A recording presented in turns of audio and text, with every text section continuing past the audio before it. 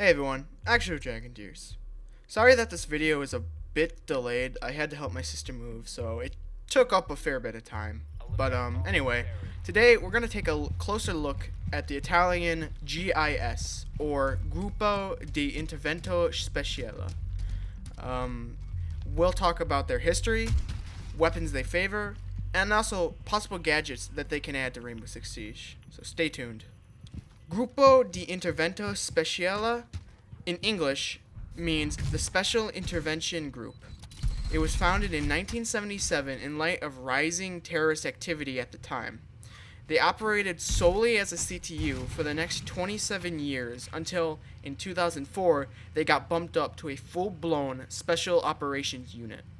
They are very respected among other CTUs like the SAS, GIGN, GSG-9, as well as others like the GEO, ESI, GEK, and BBE. They are a 100-man team that is trained in many different areas such as shooting, martial arts, explosives, tactics, photography, and much more. During basic training, only the top percentile is selected to move on to the special training that can last more than 6 to 10 months. After that is passed, they are officially classified as an operator level. The weapons they favor are very much focused on SMGs and assault rifles, but they do have access to shotguns and even LMGs. They also have sniper teams that are equipped with the PSG-1 and Mauser 86 SR. Now, I don't think we're going to see a sniper in the game because it would put Glaz in an even worse spot than he already is. Although the weapons I am going to suggest are based only on guns that have not been added to the game already. This is so that the game will have further diversity in gun selection. For the attacker, I think he will have the Beretta SCP-7090. This rifle is favored by the GIS and is the only other choice to the AUG, which is already in the game. For the second choice, I'm not exactly sure what to do. They could do the PSG-1 as a DMR, but if you watched my Brazilian operators video, I recommended that gun there too. They could also just give him the shotgun to use, just like how Thermite can use the M1014. For the defender, I think the SMG they'd get would be the Steyr TMP.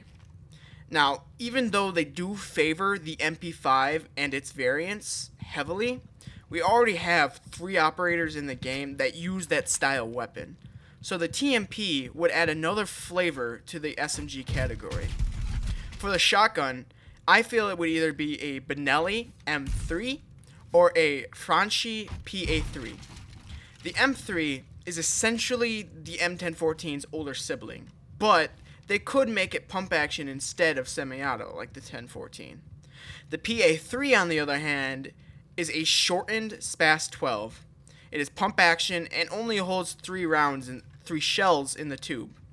This could be balanced by giving it increased damage, or maybe less range but increased damage. Who knows?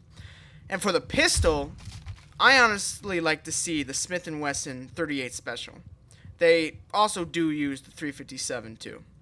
We only have 1 revolver in the game, and that's used by the French GIGN. So it'd be really nice to see another revolver to compete with it. For the gadgets, I was having a tough time thinking about ideas that would make sense, but at the same time be balanced within the game. I was doing research on the GIS, and I ended up turning to the comments on previous videos to get your guys' suggestions.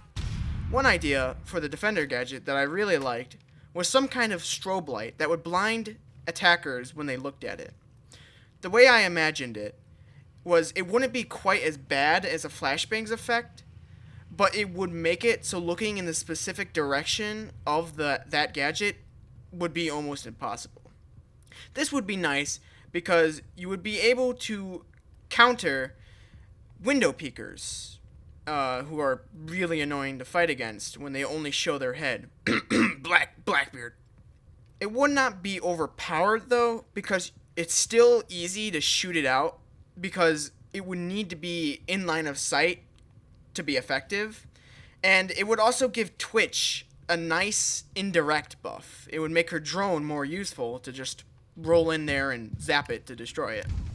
For the attacker's gadget, I'm a bit iffy on it. I couldn't really find any good ideas that I liked. One idea that I did see that could possibly work was some kind of flying drone.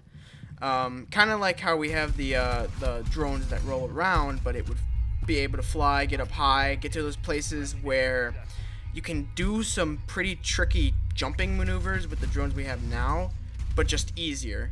The only problem I had with that one really was I don't really know how they would make a flying mechanic, because we don't really have anything in the game that's like that. The other idea that I saw that I didn't really like, but I can see it kind of working, is that the operator could temporarily cut off cams for the defenders.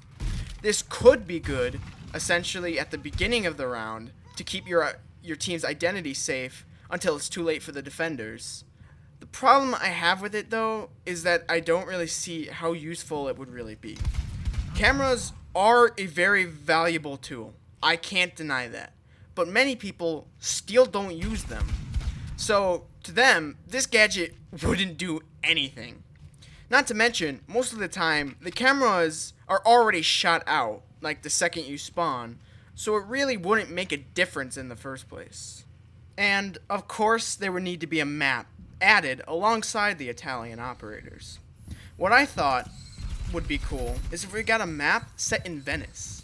It'd be right up against the canal, and you could maybe spawn in a boat that's docked, or just the sidewalk pathway next to the building.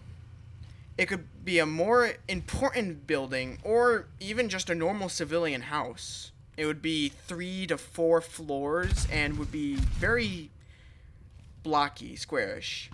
Almost like the Hereford base we have now. Now, I've never been to Venice, or even Italy for that matter. So if I have the idea of the building's structure wrong, I'm sorry, I'm just going off of pictures I see when I googled Venice. So that was information and ideas that I had for the Italian Gruppo di Intervento Speciale. They're an extremely interesting and also qualified special forces unit that I think would make an interesting addition to the game. If you liked the information I gave and even want to do more yourself, I'll leave all of my sources in the description. Don't forget to leave a comment down below as well, giving your thoughts and opinions. I try and read and reply to every single one of them. If you liked the video, leave a like and also share it if you can. It really gets me out there and gets this video seen, and I'd really appreciate that. Thanks for watching, and I'll see you guys in the next video. Bye.